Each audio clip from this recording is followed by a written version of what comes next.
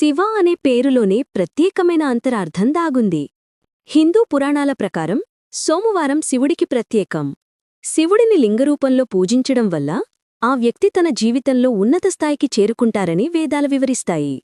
శివుడు భక్తుల కోరికలను తేలికగా నెరవేరుస్తాడని, భక్తులను త్వరగా అనుగ్రహిస్తాడని ప్రతీతి. అయితే సోమవారం శివుడిని చాలా జాగ్రత్తగా పూజించాలి. కొన్ని పొరపాట్లను ఎట్టి పరిస్థితుల్లో చేయకూడదు. శివపూజ చేసేటప్పుడు ఎలాంటి జాగ్రత్తలు తీసుకోవాలి, ఎలాంటి పొరపాట్లు చేయకూడదో ఈ వీడియోలో తెలుసుకుందాం. శివుడికి బిల్వపత్రం సమర్పించడం చాలా ముఖ్యం. 3 ఆకులతో కూడిన ఈ బిల్వపత్రం శివుడి 3 కనులతో సమానం. అలాగే ఈ ఆకు త్రిశూలానికి సంకేతం. బిల్వపత్రాలతో శివుడికి పూజ చేస్తే 3 జన్మల పాపాలు హరిస్తాయి. అయితే ఈ ఆకులను చెట్టునుంచి పీకేటప్పుడు కొన్ని జాగ్రత్తలు పాటించాలి. బిల్వపత్రాన్ని సోమవారం రోజు, అమావాస్య నాడు, మకర సంక్రాంతి, పౌర్ణమి, అష్టమి, నవమి రోజులలో ఈ బిల్వపత్రాలను చెట్టునుంచి కోయకూడదు. బిల్వ ఆకులను నీటితో శుభ్రం చేసిన తర్వాతే శివుడికి సమర్పించాలి. ముక్కలైనా, పురుగులు తిన్న బిల్వపత్రాలను శివుడికి సమర్పించకూడదు. శుభ్రమైన 3 ఆకులు ఉన్న బిల్వపత్రం మాత్రమే వాడాలి. శివలింగానికి కుంకుమ పెట్టకూడదు. కేవలం విభూది, గంధమును మాత్రమే ఉపయోగించాలి. శివుడు చాలా శ్రద్ధాభక్తులతో ధ్యానం చేస్తుంటాడు. ఆయనకు కుంకుమ సమర్పించడం వల్ల ఎరుపు రంగులో ఉండే ఈ కుంకుమ శరీరంలో చల్లదనాన్ని కలిగించడానికి బదులు వేడి పుట్టిస్తుంది. అందుకే కుంకుమకు బదులు చల్లదనాన్నిచ్చే గంధమును ఉపయోగించాలి. కొబ్బరి నీళ్లను ఎట్టి పరిస్థితిలో శివలింగంపై వయ్యకూడదు. కొబ్బరి నీళ్లను అభిషేకం చేసిన తర్వాత త్రాగడం ఆనవాయితీ. అయితే శివలింగంపై సమర్పించిన వాటి నిర్మాల్యాన్ని స్వీకరించకూడదు అనే నియమం ఉంది. అందుకే కొబ్బరి నీళ్లను వాడరు. శివుడికి పాలతో అభిషేకం చేసేటప్పుడు రాగి కలశాన్ని మాత్రం ఎట్టి పరిస్థితిలో ఉపయోగించకూడదు. రాగిపాత్రలో పాలు పోయడం వల్ల అవి విషతుల్యమవుతాయి. కాబట్టి స్టీలు గిన్నెలో కాని, మట్టిపాత్రలో కాని పాలను అభిషేకం చేస్తే అత్యంత పుణ్యప్రదం. శివుడికి ఎలాంటి పండ్లనైనా నైవేద్యంగా సమర్పించవచ్చు. అయితే వెలగపండు శివుడికి ప్రీతికరమైనది. కాబట్టి వెలగపండును శివుడికి సమర్పిస్తే దీర్ఘాయుష్షు లభిస్తుంది. శివుడికి ఎరుపు రంగు పూలు సమర్పించడం సరికాదు. ఎరుపు శక్తికి చిహ్నం. శివుడికి బిల్వపత్రం, తెల్లని పూలు, జిల్లేడు పూలు చాలా ఇష్టం. సంపంగి పూలతో శివుడికి ఎట్టి పరిస్థితిలో పూజ చేయకూడదు. శివుడు సంపంగి పూలకి శాపం విధించినట్లు చెబుతారు. ఒకసారి తప్పు సాక్ష్యం చెప్పడానికి సహాయపడమని బ్రహ్మ సంపంగి పూవులను అడుగుతాడు. దీంతో బ్రహ్మను, సంపంగి ఇద్దరినీ పూజకు పనికిరారని శివుడు శాపం విధించాడు. శివుడిని పూజించే ముందు వినాయకుణ్ణి పూజించాలి. అంటే నీళ్లు, పాలు వంటి వాటిని ముందు వినాయకుడి విగ్రహానికి సమర్పించిన తరువాత మరో దేవుళ్లకు ఉపయోగించాలి. ఎలాంటి పూజ చేసినా ముందుగా వినాయకుణ్ణి పూజించాలని స్వయంగా శివుడే వివరించాడు. తులసి ఆకులను ఎట్టి పరిస్థితుల్లో శివుడికి సమర్పించరాదు. శివపురాణం ప్రకారం తులసి పూర్వజన్మలో బృందగా ఉండేవారు. శివుని కోపం వల్ల ఆమె భర్త జలంధరుడు మరణించాడు.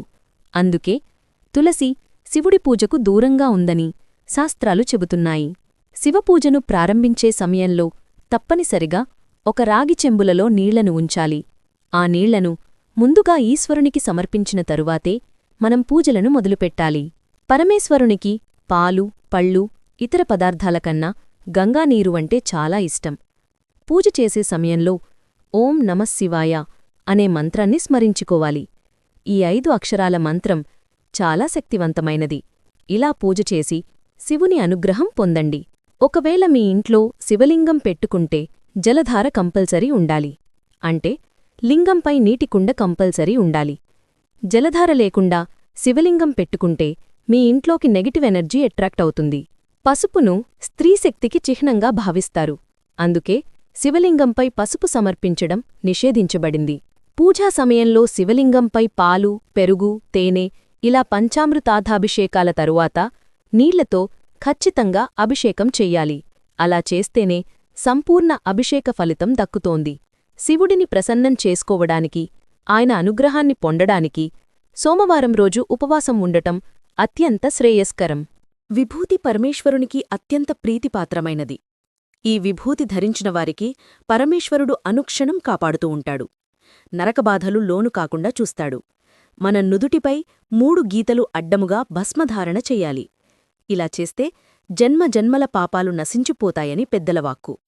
ఈ విభూతి మహిమను వివరించే కథ దేవీ భాగవతము 11వ స్కంధములో ఉంది. మహిమాన్వితమైన విభూదిని వివిధ పద్ధతులలో తయారుచేస్తారు. ఆవు పేడను కింద పడనియ్యకుండా చేత్తో పట్టుకుని వేదమంత్రాల మధ్య హోమము చేసి తయారుచేసుకున్న భస్మాన్ని శాంతికము అని అంటారు. అలాగే స్నానం చెయ్యకుండా, శుభ్రమైన దుస్తులు ధరించకుండా పూజ ప్రారంభించకూడదు. దేహం, మనస్సు, పూజాస్థలం శుభ్రంగా ఉండాలి. శివపూజను, ముఖ్యంగా రుద్రాభిషేకాన్ని ఆతురతగా, పూర్తి భక్తి లేకుండా చెయ్యకూడదు. ప్రతి అడుగు భక్తిశ్రద్ధలతో నిదానంగా చెయ్యాలి. శివలింగానికి అభిషేకం చేసేటప్పుడు రాగి పాత్రలు లేదా స్టీల్ పాత్రలు అస్సలు వాడకూడదు. శివాలయంలో పూర్తి ప్రదక్షిణ చెయ్యకుండా జలాధార అంటే అభిషేకపు నీలు వచ్చే దారి వరకు వెళ్లి అక్కడి నుండి వెనుకకు తిరిగి వచ్చి మళ్లీ జలాధార వరకు వెళ్లాలి. దీన్ని సోమసూత్ర ప్రదక్షిణ అంటారు. శివపూజ చేసే రోజులలో మాంసం, ఆల్కహాల్ వంటి తామసిక ఆహారాన్ని పూర్తిగా మానుకోవాలి. అలాగే ఇంటిలో శివలింగాన్ని ఒకసారి ప్రతిష్ఠించిన తర్వాత దాని స్థానాన్ని తరచుగా మార్చకూడదు. శివుడిని సదా భక్తితో, పవిత్ర హృదయంతో పూజిస్తే చిన్న చిన్న లోపాలు ఉన్నా ఆయన మనల్ని క్షమించి అనుగ్రహిస్తారు. ఈ వీడియో గనక మీకు నచ్చినట్లయితే ప్లీజ్ లైక్ చేసి మీ ఫ్రెండ్స్కి షేర్ చేయండి. అలాగే మా కొత్త వీడియోస్ మీకు వెంటనే చేరాలంటే మా ఛానల్ని సబ్స్క్రైబ్ చేసుకుని పక్కనే ఉన్నటువంటి బెల్ ఐకాన్ని ప్రెస్ చేయండి. ధన్యవాదములు.